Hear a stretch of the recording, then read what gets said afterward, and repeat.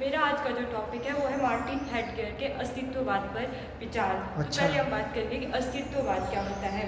अस्तित्ववाद एक दार्शनिक आंदोलन और विचारधारा है जो मानव अस्तित्व, स्वतंत्रता और व्यक्तिगत जिम्मेदारी पर केंद्रित है। अस्तित्ववाद यह कहता है कि जीवन का कोई पूर्व निर्धारित अर्थ नहीं है। यह विचारधारा व्यक्ति को अपने जीवन को अर्थपूर्ण बनाने की प्रेरणा देती है, भले ही जीवन अपने आप में अर्थहीन लगे। एक मिनट, इसका मतलब यही है जो इनसे पहले जो स्पीकर आए उन्होंने भी ये बात बोली, एसेंस प्रीसीड एग्जिस्टेंस। पहले ऐसा मानते थे हम कि भाई अगर आप किसी कुम्हार के घर में पैदा हुए तो तेरा सार क्या है, तू कुम्हार है, तुझे कुम्हार बनना है। पर अब ऐसा नहीं है, एग्जिस्टेंस पहले है, फिर आप उससे मतलब निकालोगे। यही बोल रहे हैं अभी। आगे बोलो बेटे, शाबाश। मार्टिन हाइडेगर और अस्तित्ववाद। मार्टिन हाइडेगर 20वीं शताब्दी के सबसे प्रभावशाली दार्शनिकों में से एक थे। हालांकि वे खुद को अस्तित्ववादी नहीं मानते थे, लेकिन उनके विचारों ने अस्तित्ववाद दर्शन पर गहरा प्रभाव डाला है। विशेष रूप से उनकी प्रमुख पुस्तक बिगिन एंड टाइम 1927 लिखो इसका नाम, लिविंग एंड, क्या नाम है किताब का? टाइम। लिख दो, वहाँ का लिख सकते हैं आप, दिखाया आपने, लिखो। ये इनकी फेमस बुक है मार्टिन हेडगेयर की। बाकी बच्चे इनकी फोटो भी शेयर कर सकते हैं, कैसे दिखते थे Martin headgear. Being and time है ना, फेमस किताब है मार्टिन हेडगेयर की। एग्जिस्टेंशलिज्म में इससे गहरा थिंकर कोई नहीं हुआ, सबसे गहरा विचारक है, ठीक है ना। आगे बोलो, शाबाश। अस्तित्व बिगिन के प्रश्न को दर्शन शास्त्र के केंद्र में रखा। अस्तित्व का प्रश्न हाइडेगर का मुख्य दार्शनिक प्रश्न था, अस्तित्व क्या है। उनका मानना था कि पश्चिमी दर्शन शास्त्र ने इस मूलभूत प्रश्न को लंबे समय तक अध्ययन किया है। पारंपरिक दर्शन शास्त्र ने वस्तुओं और उनकी विशेषताओं का अध्ययन किया, लेकिन यह नहीं बताया कि अस्तित्व का स्वयं क्या अर्थ है। हाइडेगर ने कहा कि हमें अस्तित्व को एक सामान्य विचार के रूप में देखने के बजाय इसे एक अनुभव के रूप में समझना चाहिए। अच्छा, इसको एक विचार मत सोचो अपने अस्तित्व को, इसको एक अनुभव लो, एक्सपीरियंस, ऐसा बोल रहा है। आगे बोलो, शाबाश बेटा। दूसरा है द साइन, मानव अस्तित्व की अनूठी विशेषता। हाइडेगर ने मानव अस्तित्व को समझाने के लिए द साइन शब्द का उपयोग किया। दसाइन, लिखो बेटा, स्पेलिंग लिखो इसकी। पढ़ते गलते हैं, हो सके कोई बच्चा बाद में नेट से पढ़े सही कैसे पढ़ते हैं इसको। दसाइन क्या पढ़ते हैं? दसाइन, ये इनका सबसे सुंदर शब्द, ये इनका बड़ा मूल कंसेप्ट है। दसाइन, दसाइन, अच्छा। डिजाइन शब्द का उपयोग किया जिसका अर्थ होता है यहाँ होना। डिजाइन का तात्पर्य केवल मनुष्य से है, क्योंकि केवल मनुष्य ही अपने अस्तित्व पर विचार कर सकता है। मनुष्य का अस्तित्व अन्य वस्तुओं की तरह स्थिर नहीं है, बल्कि वह एक गतिशील और आत्म जागरूक अस्तित्व है।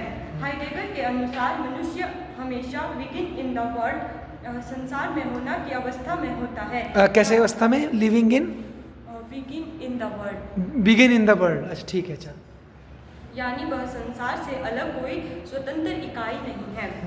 और उसके बाद है प्रामाणिकता और अप्रामाणिकता। हाइडेगर ने मनुष्य के जीवन को दो प्रकार में विभाजित किया, प्रामाणिक जीवन, ऑथेंटिक एग्जिस्टेंस। जब व्यक्ति अपने अस्तित्व के प्रति जागरूक होता है और अपनी स्वतंत्रता को स्वीकार करता है तो वह प्रामाणिक रूप से जीता है। इसका अर्थ है कि व्यक्ति बाहरी प्रभावों से प्रभावित हुए बिना अपने निर्णय स्वयं लेता है और अपने अस्तित्व का स्वयं निर्माण करता है। अप्रामाणिक जीवन, जब व्यक्ति समाज के नियमों, परंपराओं और बाहरी प्रभावों में फंसकर अपने अस्तित्व को अनदेखा कर देता है तो वह अप्रामाणिक जीवन जीता है। देखा क्या मतलब हो इसका?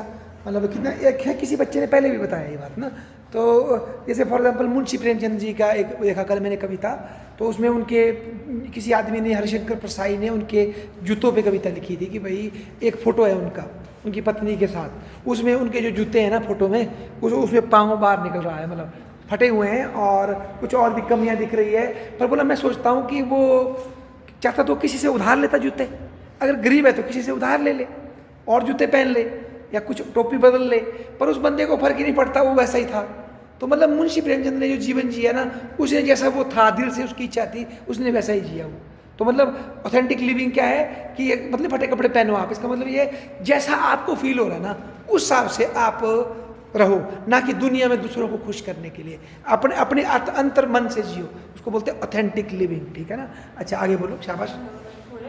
विंग टुवार्ड डेथ, अर्थ, मृत्यु की ओर अस्तित्व। हाइडेगर ने कहा कि मनुष्य का अस्तित्व हमेशा मृत्यु की ओर बढ़ रहा होता है। सही बात। जब कोई व्यक्ति यह स्वीकार करता है कि मृत्यु अपरिहार्य है तो वह अपने जीवन के महत्व को गहराई से समझ पाता है।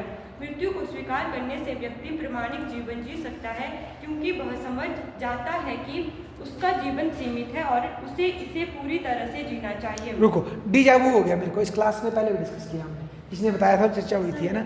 ये मतलब जो एक्जिस्टेंशियलिज्म का मेन थॉट है उसमें उस टाइम किसने डिस्कस किया था, कोई ऐसा फिर से फीलिंग किया? तो बताओ सर, जो मैडम बोल रहे हैं कि जब व्यक्ति जीवन में अपनी मौत को ध्यान से देखता है तो आदमी जीवन को सही तरीके से जी पाता है ना, ऐसा बोला इन्होंने। आप बोलो अतुल, क्यों?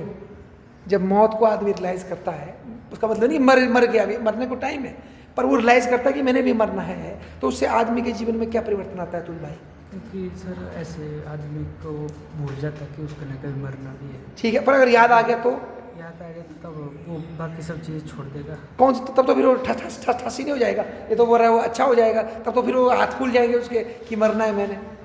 नहीं से तब उसको पता चलेगा ना जीवन थोड़ा सा बचा है, तो अब इंजॉय करेंगे। तो एंजॉय करें। काम उतना इम्पोर्टेंट नहीं है। अच्छा, आप फिर से लाइन पढ़ो, जो आपने बोला मौत के बारे में, व्यक्ति का जीवन, जैसे बोला आपने।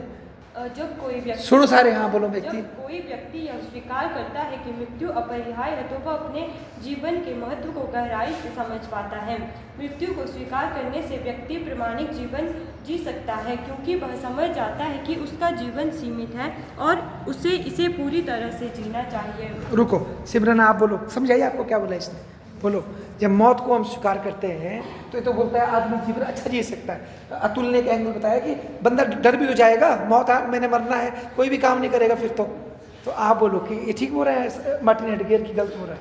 यस सर, तब बंदा खुल के जीता, मतलब अगर उसको पता है कि मौत आएगी, मतलब तब वो ऐसा नहीं सोचता कि कल करूँगा ये तो जो करेगा वो आज खुल के जिएगा। अच्छा, तभी सर वो खुल के जीता, मतलब। अच्छा ठीक है, आप बोलो सोनिया। जो उसने बोला कि मौत का एहसास के बाद आदमी ज़्यादा अच्छा कर सकता है, कैसे? सर इसके दो पहलू, अच्छा भी कर सकता है और वो बुरा भी कर सकता अरे है। या तो बताओ। कुछ करेगा ही नहीं कि मौत आ रही है, मैं क्यों करूँ, मौत तो आनी ही है। हाथ या- पाँव फूल सकते हैं, गुड डे, अच्छा एंगल है। या और सर, और दूसरा है कि अगर एक दिन मरना ही है तो क्यों ना कुछ करके मरा जाए। हाँ, दोनों एंगल है ना। पर यहाँ ये कौन सा एंगल ले रहे, कुछ करके मरने वाला है ना, कि भाई जैसे फॉर एग्जाम्पल हम अपने दोस्तों को छल देते हैं, ठीक है, किसी को धोखा देते हैं, किसी को मतलब झूठ का वो मारते हैं छुरा, कि भाई ठगते हैं, जब हमको पता सब कुछ यही छूट जाएगा तो क्यों करने ऐसे घटिया काम? क्यों ना हम कोई ऐसा काम करें जो कि हमारे जाते वक्त भी हमें अच्छा लगे या हमारे जाने के बाद भी ठीक रहे। तो कई लोग इससे ऐसा भी लेते हैं, कई लोग डर के हमारे हाथ पाँव भी फूल जाते हैं। जैसे फॉर एग्जाम्पल देखो, जो हमारी वासनाएं होती है ना, अगर आपको किसी विद्वान ने कहा था, मैं नाम चलो लेता हूँ, ओशो था, उसका एग्जाम्पल था ओशो का, सपोज आपको पता लगे कल शाम आपकी मौत हो जाएगी, किसी को पता लगे, मुझे पता लगे, क्या फिर आज आप जा करके जो रोज़ बीड़ी फूकते थे आराम से फूक पाओगे उस एंजॉय से? वो मज़ा आएगा दोबारा है? या कोई प्रेमिका को देख के उतना खुश हो पाओगे, हाय मेरी प्रेमिका घूमने चलते हैं? या किसी और क्या शौक होते हैं, कोई महंगी सी गाड़ी लिया आपने, थार, क्या उस थार को उस तरह से छू पाओगे कि हाय थार चल अब मैं मजे लेता हूँ? नहीं ना, कहीं ना कहीं आपकी हवा क्या हो जाएगी, टाइट, क्योंकि आपको क्या पता लगेगा, हम मर रहे हैं यार, ठीक है ना, तो मतलब तो क्योंकि हम जानते नहीं ना उसको, तो ये पर ये किस ऐसे बोल रहा है कि अगर आप पॉजिटिव सेंस में इसको लें तो क्यों ना जो मेरे पास पल बचे हैं ज़िंदगी में, चाहे वो आज की शाम हो, 2 दिन हो, 6 महीने हो, क्यों ना मैं उसमें ऑथेंटिक जीऊँ। मतलब ये उस सेंस में ले रहा है बेटे, ठीक है ना। लेने के कई तरीके, बिल्कुल सही बोला आपने, कईयों के हाथ पाँव में क्या हो सकता है, फूल सकता है। आगे बोलो, शाबाश बच्चे। इसके विपरीत जब व्यक्ति मृत्यु की वास्तविकता को नकारता है तो वह एक अप्रामाणिक जीवन जीता है। उसका समय और अस्तित्व। एक मिनट रुको, याद आई मुझे, प्रियंका चोपड़ा जानते हैं आप? प्रियंका चोपड़ा हीरोइन है ना, उस टाइम वो नई गई थी अमेरिका, अब तो वो अमेरिका में रहती ना, कोई अमेरिका पति भी उसका अमेरिका बड़ा, वहाँ ना उसकी एक शो में एक अंग्रेजन से झगड़ा हो गया था। बाद में उस अंग्रेजन को कैंसर निकला, उस लेडी को, मैं नाम भूल गया उसका ना, उस बंदी ने मरने से पहले शादी की, और गंजी हो गई थी, कैंसर हो गया था, और उसमें व्हील चेयर पे उसने फिर किसी लड़के ने उसे शादी की, पता था कि नहीं, मतलब उसकी इच्छा थी मैं मैरिज करना चाहती हूँ। तो देखो ना उस लड़की की दम देखो आप, मतलब मैं उस लेडी को आज देखा अप्रिशिएट करता हूँ कि भाई देखो, पता है कि मरना है और वो व्हील चेयर पे बैठी हुई है, पर उसकी इच्छा है कि मैं मैरिड होकर मैं क्या करूँ, मरूँ। उस लड़के को भी बधाई, इसने तो दम रखा है, और जो लड़की जो दम रख के जो चल रही है, इसको बोलते हैं वो ऑथेंटिक लिविंग, कि कोई भी सपना आपका मैं करके जाऊंगा ना, वो वाली बात। या जैसे वो मूवी देखी है आपने, कौन सी वो शेरशाह मूवी के क्लिप्स देखे होंगे आपने, विक्रम बत्रा। अब रियलिटी कहते हैं हम नहीं जानते, पर जिस तरह से उनकी सोच थी कि भाई या तो मैं तिरंगे में आऊँगा या फिर मैं अपना फतेह करूँगा, तो उस तरह की सोच, मतलब समझे आप कि 100% अपने जीवन को जीने की इच्छा। आगे बोलो, शाबाश उसके बेटा। बाद है समय और अस्तित्व। हाइडेगर ने समय को अस्तित्व की एक महत्वपूर्ण विशेषता माना। Good. उन्होंने कहा कि अस्तित्व को केवल समय के संदर्भ में समझा जा सकता है। भविष्य, वर्तमान, अतीत, ये सभी तत्व हमारे अस्तित्व को आकार देते हैं। वाह। आधुनिक समाज और तकनीक की आलोचना। हाइडेगर ने आधुनिक समाज और तकनीक की आलोचना की है। उन्होंने कहा कि आधुनिक विज्ञान और तकनीक ने मनुष्य को एक साधन के रूप में देखना शुरू कर दिया है। तकनीकी युग में मनुष्य अपने अस्तित्व को भूलकर एक मशीन की तरह कार्य करने लगता है। हाइडेगर ने चेतावनी दी कि यदि मनुष्य ने अपने अस्तित्वगत चेतना को पुनः नहीं खोजा तो वह अपनी मानवता को खो देगा। वाह यार, ये तो बहुत बड़ी बात बोल रहा हो, है ना। अच्छा आगे बोलो, शाबाश। हाइडेगर बनाम अन्य अस्तित्ववादी दार्शनिक। हाइडेगर को अक्सर अस्तित्ववादियों के साथ जोड़ा जाता है, लेकिन उनकी विचारधारा शास्त्रीय और कामों से अलग थी। दार्शनिक मुख्य विचार सोरेन किर्केगार्ड व्यक्तिगत आस्था और अस्तित्वगत चिंता पर जोर देते थे। फ्रेडरिक नीत्शे ईश्वर मर चुका है, गॉड इज डेड और शक्ति की इच्छा पर जोर दिया। जीन पॉल सार्त्रे अस्तित्व पहले आता है, सार बाद में। अल्बर्ट कामू जीवन की निरर्थकता और विद्रोह। सार्त्रे ने हाइडेगर के विचारों से प्रभावित होकर अपना अस्तित्ववाद विकसित किया, लेकिन हाइडेगर का ध्यान विंग अस्तित्व को समझने पर था, जबकि सार्त्रे और कामू ने व्यक्तिगत स्वतंत्रता और अर्थ पर अधिक ध्यान दिया। मार्टिन हाइडेगर का अस्तित्ववाद पारंपरिक अस्तित्ववादी दार्शनिकों से अलग था। उन्होंने बीइंग अस्तित्व को दर्शन शास्त्र का केंद्र बिंदु बनाया और डिजाइन और ऑथेंटिसिटी और बिगिन टू वार डेथ जैसी अवधारणाओं को प्रस्तुत किया। उनके विचारों ने न केवल अस्तित्ववाद को प्रभावित किया, बल्कि आधुनिक दर्शन शास्त्र, मनोविज्ञान, साहित्य और समाजशास्त्र पर भी गहरा प्रभाव डाला। क्या हम अपने अस्तित्व को प्रामाणिक रूप से जी रहे हैं? यह हाइडेगर का सबसे बड़ा प्रश्न था। मार्टिन हाइडेगर ने कई महत्वपूर्ण दार्शनिक पुस्तकों और निबंधों को लिखा। उनकी प्रमुख पुस्तकें निम्नलिखित हैं। विंग एंड टाइम, जो कि 1927 में लिखी, introduction to metaphysics 1935, the question concerning technology 1954। यह एक निबंध संग्रह है जिसमें हाइडेगर ने आधुनिक तकनीक की आलोचना की। उन्होंने कहा कि आधुनिक तकनीक ने मनुष्य को केवल एक साधन बना दिया है, जिससे वह अपने वास्तविक अस्तित्व को भूल रहा है। देखो इसमें ही वो वन डायमेंशनल मैन छुपा है। देखो बंदा कितने पहले देख रहा है, जो बाद में एक बंदे ने लिखा ना, एक आयामी व्यक्ति, किसने लिखा था? अल्बर्ट मार्क्यूज ने लिखा। एक बंदा मैंने और बताया था आपको, उसके बाद उसने भी किताब लिखी थी इस तरह की।